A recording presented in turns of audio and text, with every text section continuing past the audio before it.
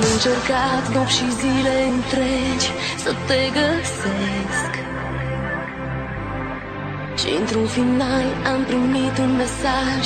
să mă opresc. Nu pot întoarce timpul pierdut și-mi pare rău, dar ne mințeam că e totul perfect